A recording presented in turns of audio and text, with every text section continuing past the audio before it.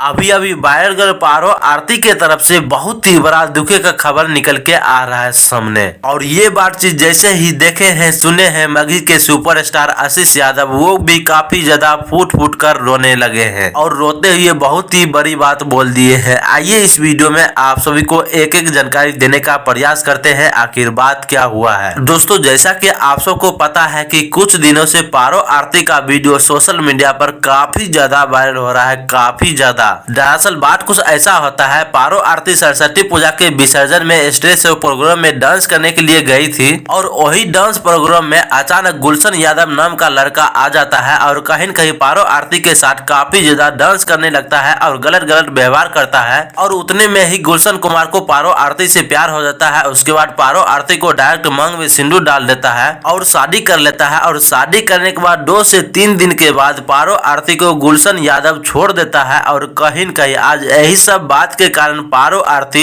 नहीं रही है। और ये बातचीत जैसे ही देखे हैं मगही के सुपरस्टार आशीष यादव, वो देखते ही काफी ज्यादा भावुक हो गए और बोले कि अरे बाबू पारो आरती, तुमने इतना सा ही बात में इतना बड़ा बात कैसे कर लियो यार।